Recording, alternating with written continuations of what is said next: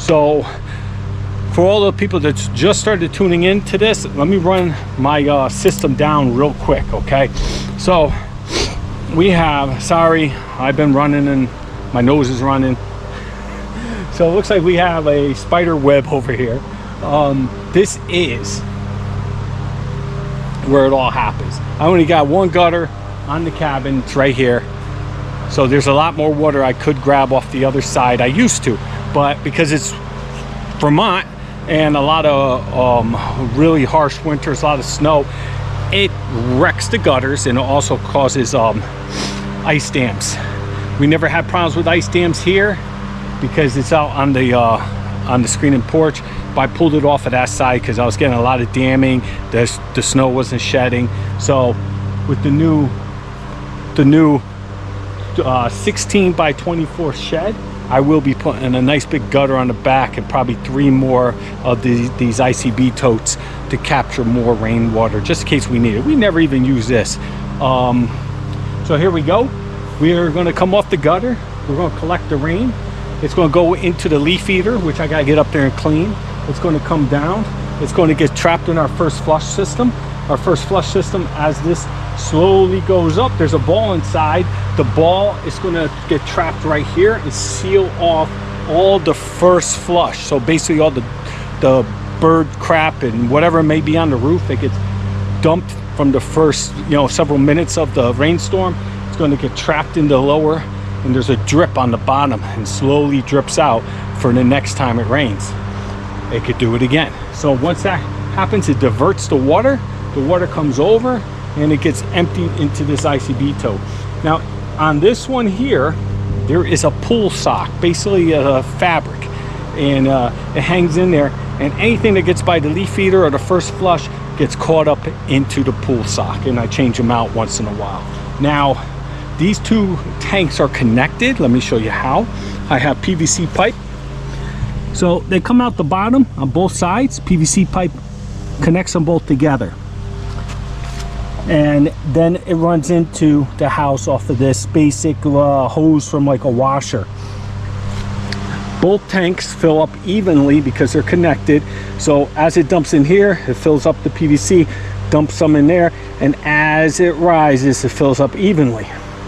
You should have an overflow on that, basically a little pipe that comes out, so if it keeps filling, there's no place for it, it will dump it. I did not install one yet, and I found out last year my tanks kind of got swollen and it backed up into the pipe and up the roof, and since the first flush is on it, it drifts very slowly. So if it keeps raining, that's a problem. So definitely get a overflow on your last tank. Reason why I haven't done that, I'm not sure if that's going to be my last tank. I want to put one more tank here. Now I have the tractor. I want to even out the land here, put one more tank on this side, and probably just move this over, shorten the inverter pipe, and just add another tank to the very end. I already set it up so the PVC pipe at the end is ready to be cut and added onto.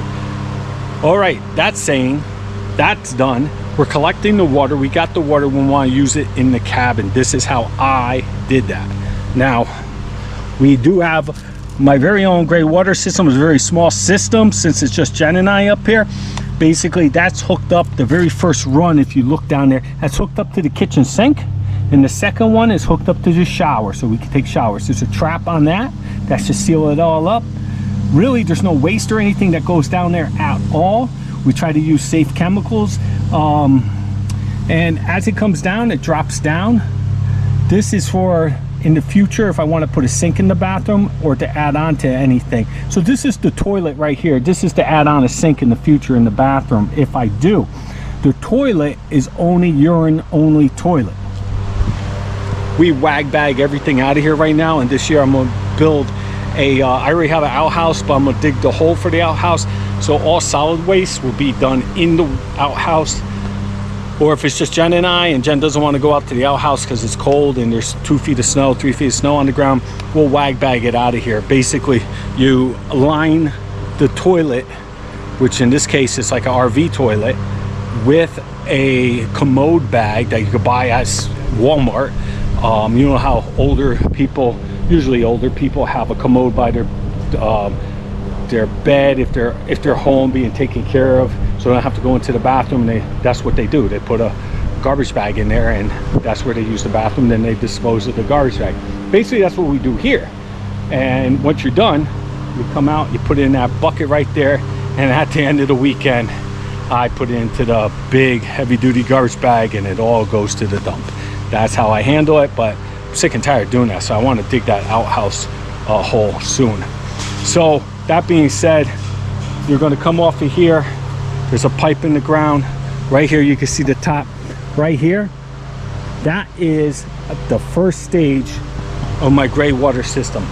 If I remember correctly, it's a 5-gallon Home Depot bucket with just gravel on the bottom, and on the top the pipe goes in, the PVC pipe goes in, dumps the gray water, gets filtered through the stones, and on the very bottom there's another pipe that runs out a little bit further, probably about here, and it goes into the top of another 5-gallon Home Depot bucket that is filled with stones as well.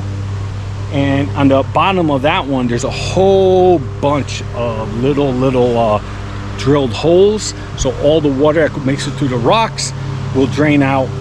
Underneath that one, I have a whole, like a bunch of drainage stone, and I have, knock on wood, I've never backed up my gray water in like the 6 years I've been using it. It's just mainly Jen and I, but be careful what you put down there. You don't want to drop grease down there, and basically try to keep all chemicals out if you're concerned about the environment and stuff like that. As you can see, the environment around my gray water buckets I'm over here weed whacking constantly. But yeah, eventually I'm going to probably pull the top, see what it has caught. All that gravel is going to catch anything that gets down the drain. All right, let's get back to it. It's long-winded. I might make 2 videos out of this. So then it comes off of here, it goes into this hose, and the hose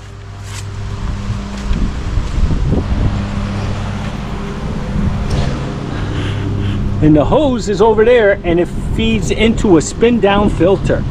Now this whole system's being pumped by the C-Flow pump. That is the best pump I've ever seen in my life. The pressure is ridiculous. It is awesome. It pressurizes the entire system when I turn it on. So basically, when I turn this system on, it's going to pull water from the tanks. It's going to filter it there. This is a tank pressure to help with the pressure, so when you're running the water, the pump's not constantly running. It kind of works, but I got a small system, so I run water quick. Then I got 2 very cheap. These things probably all together probably cost me $68 from Lowe's, and they go down to like 0.5 microns, and this one does something else, and it steps it down. It filters out anything that got by all those other things, like the leaf catcher, the first flush, the pull sock. At that point, it's all getting filtered out even finer, and then it will get pumped into these pipes. One of these 2 blue pipes, one pipe goes to the hot water, one goes just to the cold water in the shower or the kitchen sink. Now the hot water, you can see the cold water, that pipe that you saw goes up into this cold water, and it comes out hot. The hot water is also plumbed to the kitchen sink and to the shower. And this thing, you could have the adjustments, the water pressure and the heat. And this thing, you're taking hot showers with this. I had a different one from EcoFlow or something like that was called. EcoTemp, no good. Mice got in there, destroyed it, and they don't make that model no more, and the customer service kind of sucked with them. So I went with this Camp Flux. This thing is actually just over 3 gallons, and I think it's like 3.2 gallons. My old one was 3. You can definitely feel the difference. I would try this. This is my first year using this. So much easier using this. The other one was constantly with something, had to keep playing with the water flow pressure. This one, no problem. All right, now that's basically what it is. The pump pressurizes the whole system. When water's in all the pipes, absolutely everything, the pump shuts off. You open the spigot, pump turns on, starts pumping 3.2 gallons a minute.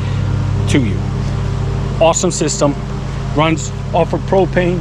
I got this one just heating the showers right now. That one does the stove in the house and the heater on the wall.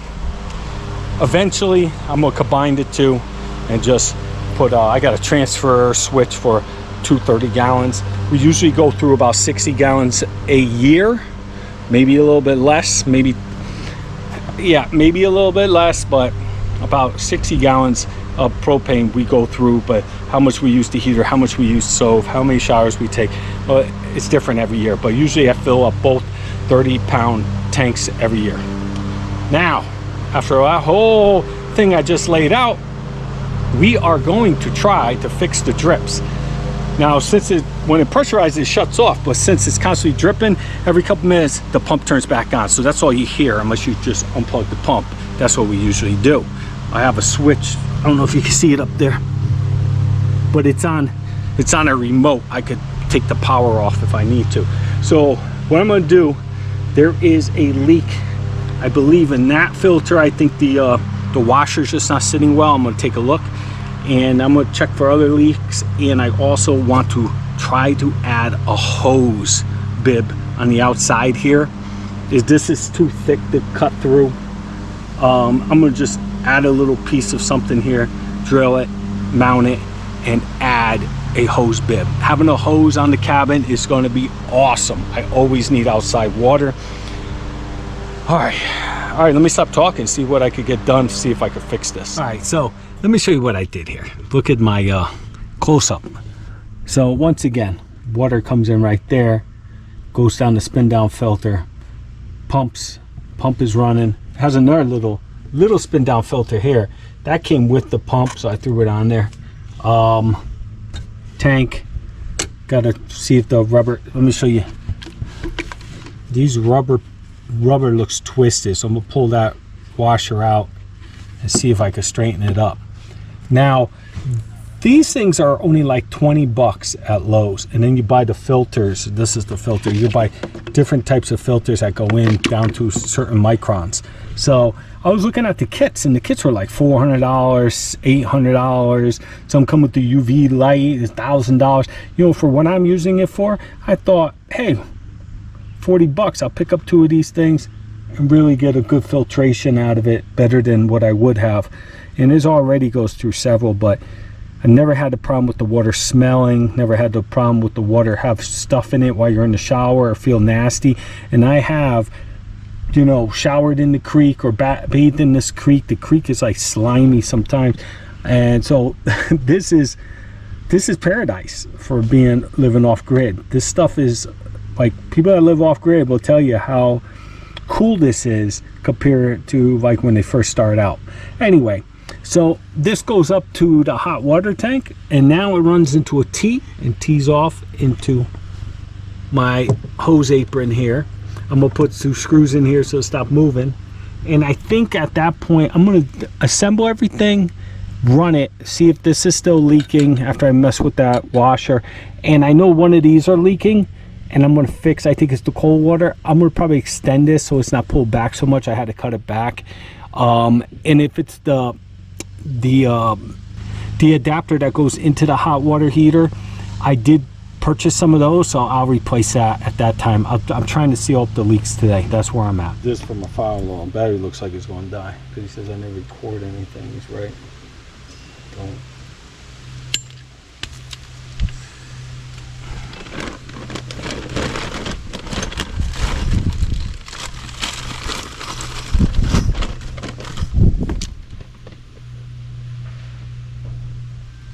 Sound like a tree just fell.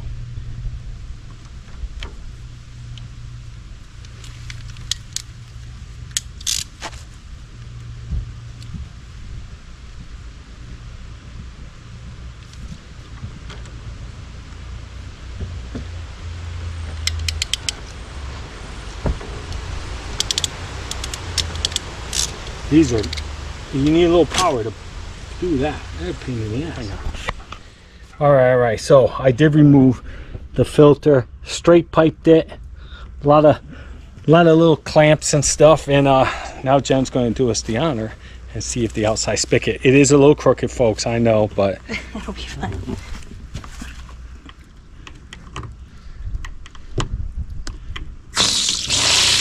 We got water. Did Yay. you want me to do more? No, that's it. All right. So this is the water system at the cabin, and eventually I'll get another filter, throw it on there, and we'll go from there. But we have water on the outside. Later, I'm gonna hook up a hose to it. See how it is. Something's always biting me up here today. All right. As you can see, I'm sweating to death. It is hot as hell today. I heard Connecticut is a lot worse, but we're up in Vermont, and has a great little breeze. It's really comfortable, but you can't do any work, and you know me. So I'm swimming in my sweat now. We after Jen cut the grass and I fixed the plumbing, and we figured out how not to take nuclear hot showers. We will mess with the adjustments. Jen said it's kind of cool now. You could get in there and either get a cool shower, freezing cold, or a very hot shower. Before, all you could get is extremely hot shower or freezing. So I'm gonna be happy because I'm not a hot shower guy like that. I'm like a comfortable, especially when it's hot like that. I like to take a nice cool shower. Jen, boiling hot every time. So once we got done there, we went to the lake, and we jumped in the lake. It was a little chilly, but once you got in there, it was beautiful. We floated around for like an hour, and then went into town. I grabbed a hot dog, a chili dog, and a sundae. That's why I'm fat. I cannot lose this weight. I will hit, you know, who would have ever thought that this would have been possible?